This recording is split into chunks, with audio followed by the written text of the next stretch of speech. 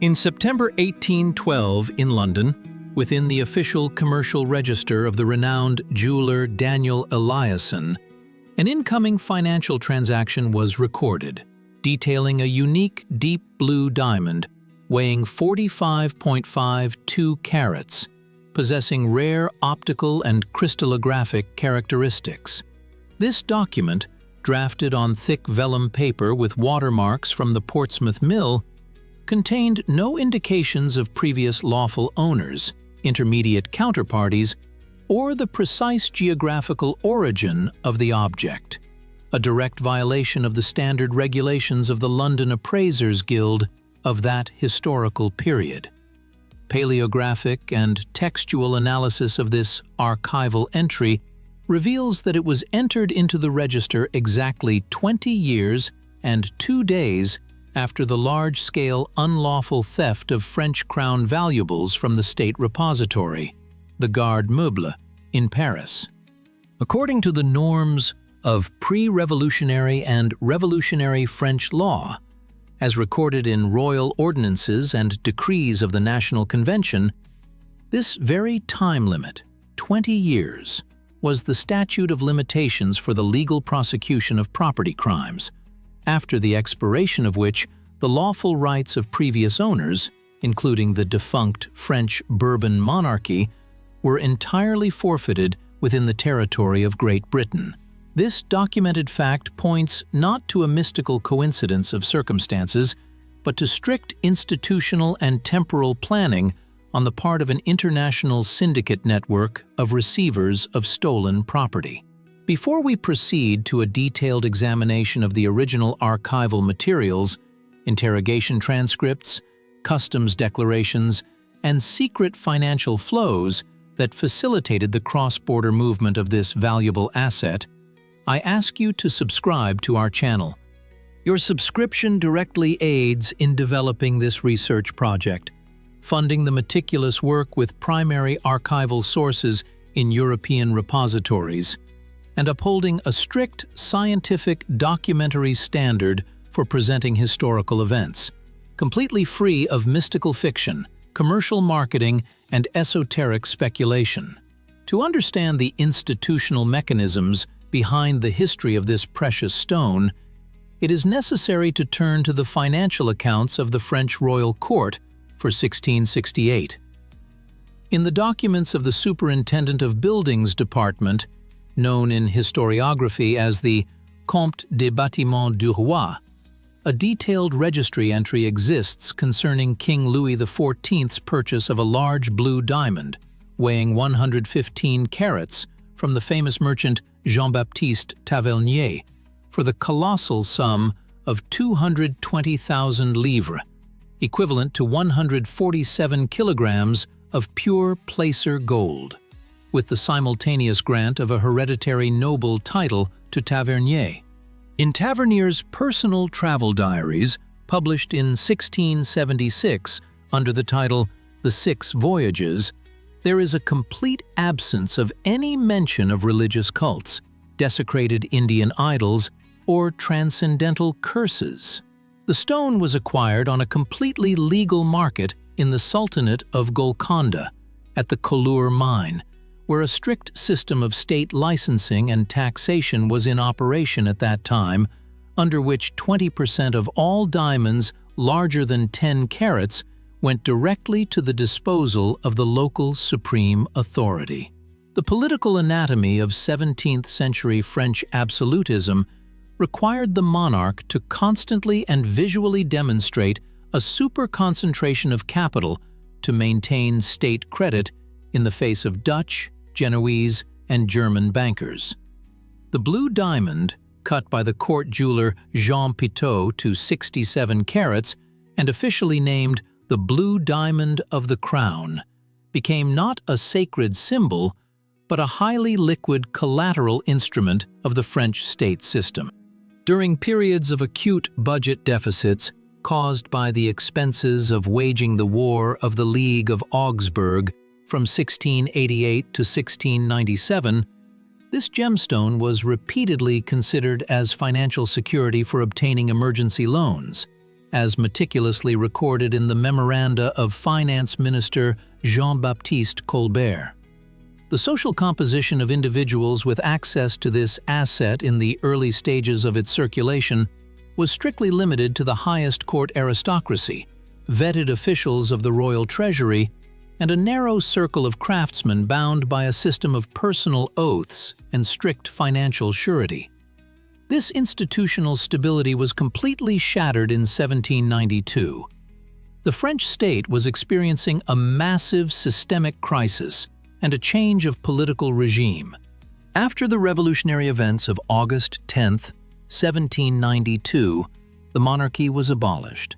Louis XVI was imprisoned in the Temple Fortress, and the management of all state property fell under the jurisdiction of the National Convention and the Provisional Executive Council. The state treasury was depleted, and on the country's eastern frontiers, a rapid offensive by the combined interventionist forces of Austria and Prussia was unfolding. Under these critical conditions, the colossal valuables concentrated in the Garde Meuble building on the Place Louis XV were left under the guard of an extremely small and demoralized watch, subordinate to the appointed commissioner, Jean-Bernard Restou. The building, which had 12 state halls, including a specialized jewelry salon, was protected only by iron window grills and internal locks, making it vulnerable to a prepared intrusion. The period from September 11th to 16th, 1792 became the time for the practical execution of the largest logistical operation by the criminal underworld of that era. Contrary to later statements by the revolutionary press, which attempted to portray the event as a chaotic raid by a lumpenized Parisian mob, a meticulous analysis of the investigative materials from the Paris Criminal Tribunal reveals the presence of a clear hierarchical structure and deep preliminary planning. The conspirators operated in 3 isolated groups, with the total number of participants exceeding 30 people. The leadership core of the group included professional safecrackers and counterfeiters such as Paul Miette and Cadet Guillot, as well as former employees of the royal manufactories who knew in detail the internal layout, architectural features, and the schedule of guard shifts in the State Repository building. The mechanics of this clandestine network's operations were based on advanced methods of secrecy. The transmission of orders and coordination of actions were carried out via written notes, encrypted with a substitution cipher where the names of precious stones were replaced by commercial terms related to the wholesale supply of cloth, linen, or Anjou wine. Rented apartments in the working-class suburb of Saint-Antoine, specifically the halls of the taverns At the Three Lilies and the Red Shield, served as covert bases for assembling participants. Meetings were held at strictly fixed times, between 2 and 4 a.m., when the density of National Guard patrols on the city streets was minimal. The system for recruiting new operatives was built on the use of compromising materials, blackmail, and debt obligations. According to interrogation transcripts recorded in the Y-Series archive of the French National Archives, the conspirators used a pass system with the imprint of a fake seal from the Pikes section, which allowed them to move freely through nighttime Paris, which was under a state of emergency. The infiltration into the Garde Meuble was carried out through second-floor windows using sturdy rope ladders, while the internal locks on the display cases were opened with counterfeit keys made from wax impressions obtained through the agency's corrupt technical staff. The removal of the Blue Diamond of the Crown and other accompanying regalia occurred methodically over 5 consecutive nights, with the guards either completely absent from their posts or having received substantial monetary rewards for deliberate non-interference. This is corroborated by the records of personal savings confiscated from the guards during subsequent searches. which revealed sums significantly exceeding their official annual state salary. A critical audit of the investigative materials from the Garde Meuble theft case reveals profound systemic contradictions in the testimonies of key figures, attributable to the application of harsh physical pressure and a direct political mandate from rival factions within the National Convention. For instance, Cadet Guillot, during an interrogation in October 1792, swore under oath that all the large stolen stones were immediately handed over to a courier agent named François, who was acting in the interests of the British cabinet. At the same time, Paul Miette stated categorically in his testimony that the diamonds were temporarily hidden in a cache on a wasteland near the Boulevard du Temple. These discrepancies are explained by the fact that the Girondin majority in the government sought to use this trial to completely discredit their political rivals, the Montagnards, and especially Georges Danton, who at the time held the key post of Minister of Justice. A paleographic analysis of the French Ministry of Justice's financial documents for September 1792 records unexplained major expenditures under secret headings totaling more than 100,000 livres. Modern historical science, relying on the confidential diplomatic correspondence of British Foreign Secretary Lord Grenville, considers a well-founded hypothesis that the theft of the blue diamond was directly or indirectly sanctioned by the French revolutionary government itself or its individual influential members. The goal of this special operation was to create an emergency fund for financing secret geopolitical agreements in the context of a military catastrophe.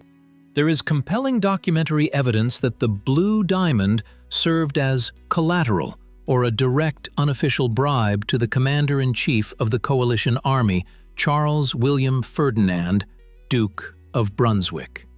It is precisely this fact that explains his sudden order, lacking any objective military prerequisites, for the emergency retreat of the excellently prepared Prussian troops after the minor battle at Valmy on September 20, 1792, which effectively saved the French Revolutionary Republic from immediate military defeat and liquidation.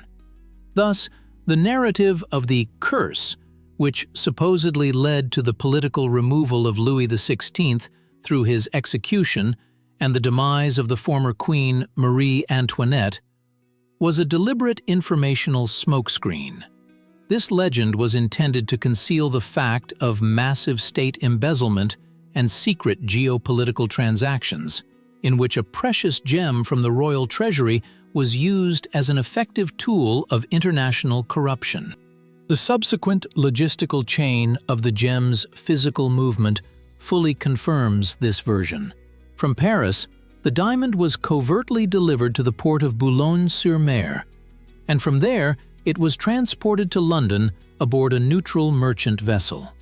Due to a complete absence of official documents for the period from 1793 to 1812, it is impossible to establish with absolute accuracy the anthroponymic data of the craftsman who performed the recutting of the stone. However, modern geometric and optical analysis of the Hope diamond proves that it was obtained by chipping the edges and altering the proportions of precisely the French royal diamond. This was a strict technical and legal necessity. The change in total weight from 67 to 45.52 carats and the radical modification of its shape deprived the French authorities of any possibility to file official claims for the restitution of state property in the courts of Great Britain, as the physical parameters of the object no longer matched the records in the official royal inventories of 1791. The appearance of the stone in Daniel Eliason's shop in 1812 and its subsequent sale to the major Anglo-Dutch banker Henry Philip Hope are recorded in the archival account books of the financial firm Hope and Company. In these internal documents, the diamond is listed under Inventory number 42 as a highly liquid commercial asset intended for capital diversification. The banker Hope, being a strictly pragmatic financier, included this stone in his printed catalogue of the private collection, published in 1839 under the editorship of the jeweler Bram Hertz. This document provides an exclusively strict mineralogical description of weight, clarity, and light refraction angles, without any mention of supernatural or mystical properties. The internal hierarchy and economic structure of the Hope family were based on the rigid principles of the indivisibility of ancestral estates through a system of primogeniture.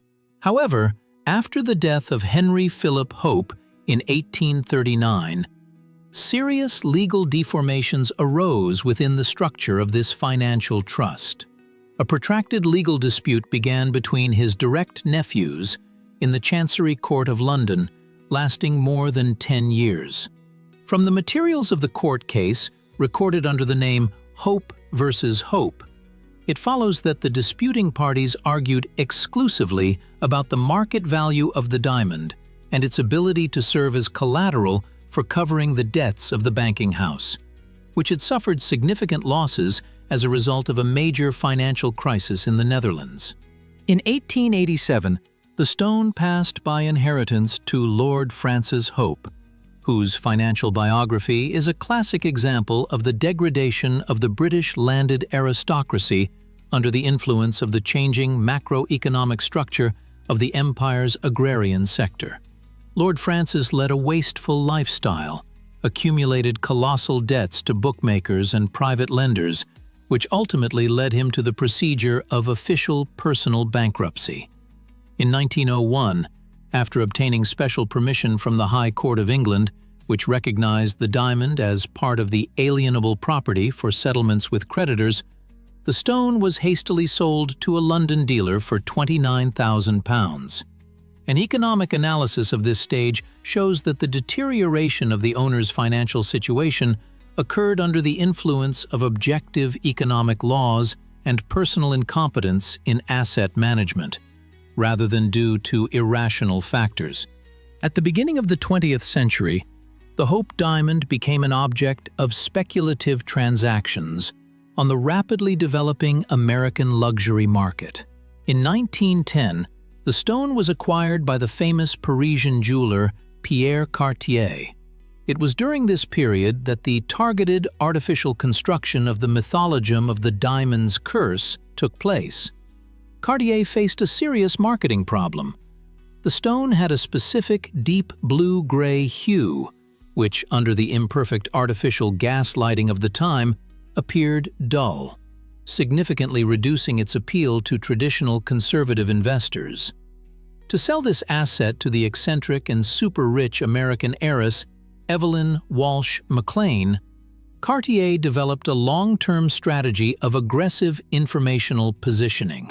He hired journalists and compiled a collection of clippings from the tabloid press containing reports of violent deaths, financial bankruptcies, and mental illnesses of people who, at various times, had direct or indirect contact with blue diamonds. This compilation deliberately included facts such as the physical suppression of Princess de Lamballe during the Revolutionary Terror, the financial collapse of Sultan Abdul Hamid II, who, according to the official Turkish palace registries of Topkapi, never owned or possessed this specific stone, and other unrelated tragic incidents. The correspondence between Pierre Cartier and the McLeans, kept in the U.S. Library of Congress, clearly demonstrates the mechanics of psychological manipulation. Initially, Evelyn McLean declined the offer to purchase the jewel. Then Cartier took an unprecedented commercial step. He left the diamond at her country mansion for 3 days, having first inserted a special legal clause into the draft of the official sales contract dated January 28, 1911. According to this clause, If any misfortune were to befall the McLean family within 6 months of the official purchase of the stone, the Cartier firm undertook to exchange the diamond for valuables of equivalent cost, or fully refund the $180,000 paid. This clause was a powerful psychological trigger, transforming a standard commercial contract into a gamble with elements of fatalism and artificially stimulating the buyer's interest. The subsequent tragic events in the McLean family, which became the basis for the final entrenchment of the curse myth in popular culture, receive a comprehensive rational explanation upon detailed examination through the prism of judicial, financial, and medical documents. The violent death of her 9-year-old son Vey in a 1919 road incident occurred due to a gross violation of safety rules by the vehicle driver and a complete lack of proper supervision by hired domestic staff, as detailed in the protocol of the District of Columbia police investigation. The demise of her 25-year-old daughter Evelyn in 1946 from an overdose of barbiturates was a direct consequence of protracted clinical depression and uncontrolled access to prescription drugs, as confirmed by the official report of the forensic pathological examination. The death of Edward McLean in 1941 in a specialized psychiatric clinic from multi-organ failure due to alcoholism was caused by the terminal stage of addiction and a systemic management crisis at the Washington Post, whose financial performance had been steadily deteriorating since 1929 due to the devastating consequences of the Great Depression and the misappropriation of working capital for the personal needs of top management.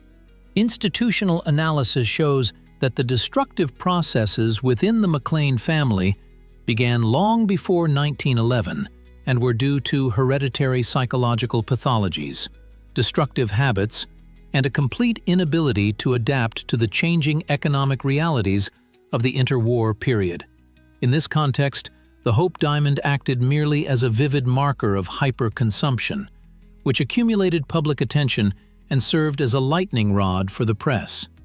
Following the death of Evelyn McLean in 1947, her estate was burdened with enormous tax debts and obligations to numerous private creditors. The Probate Court of Washington, D.C. issued an official order for the forced liquidation of the jewelry collection to cover the estate's deficit.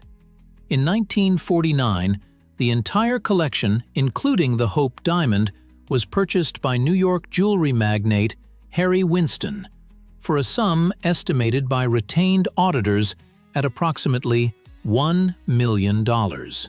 Winston approached the management of this asset exclusively from the standpoint of pragmatic marketing and optimizing corporate social responsibility. For 9 years, the stone was the centerpiece of his traveling commercial exhibition, the Court of Jewels, which visited dozens of major U.S. cities. Admission to the exhibition was paid, and all funds raised were officially directed to charitable causes, funding programs to combat childhood somatic diseases and supporting war veterans. This strategy allowed Winston's firm to obtain significant state tax benefits and build a positive brand image in the eyes of the American political establishment.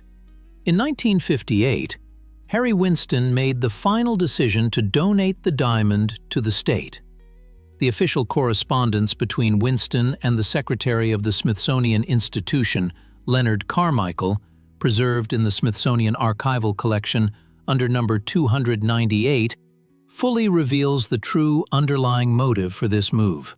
The transfer of the diamond was formalized as a non-reimbursable donation to the National Museum of Natural History.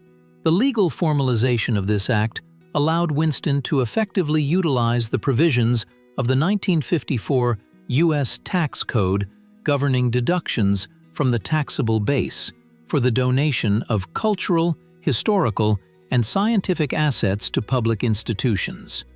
The expert appraisal of the diamond's value at the time of the donation was several $1 million, which allowed Winston's corporation to completely offset its tax liabilities on capital gains income for 4 financial periods ahead, yielding the company a net economic benefit exceeding the initial cost of purchasing the stone.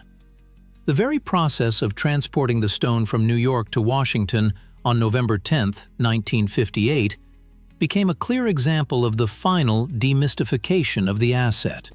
The object, around which an aura of mortal danger had been artificially created for 40 years, was sent via regular U.S. Postal Service mail in a standard cardboard envelope. The Postal Service archives hold a receipt numbered 385103. The postage cost was $2.44, and the insurance fee was $142.85. No armed government convoys, armored vehicles, or secret security protocols were involved, demonstrating the administration's complete disregard for the mythological aspect of the issue. The inclusion of the stone in the Smithsonian Institution's permanent collection had significant institutional consequences for American museum law and the methodology of accounting for state assets.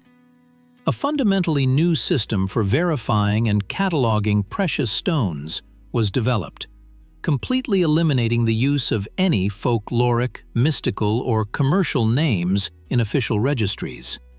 The object was assigned a strict scientific inventory number, 217868. Public statements from the museum administration that transferring the stone to public ownership neutralized its negative power were part of a coordinated PR campaign aimed at minimizing the flow of letters from superstitious citizens and creating an image of the State Museum as the supreme tribunal of scientific rationality. The institutional audit of this centuries-old chain of ownership proves that the true history of the Hope Diamond represents not a chain of mystical portents, but a continuous process of capital movement, the legalization of stolen state property, manipulative marketing technologies, and tax optimization, where the narrative of a curse was used by economic elites as an effective tool for commercial valuation, margin enhancement, and political cover for crimes committed.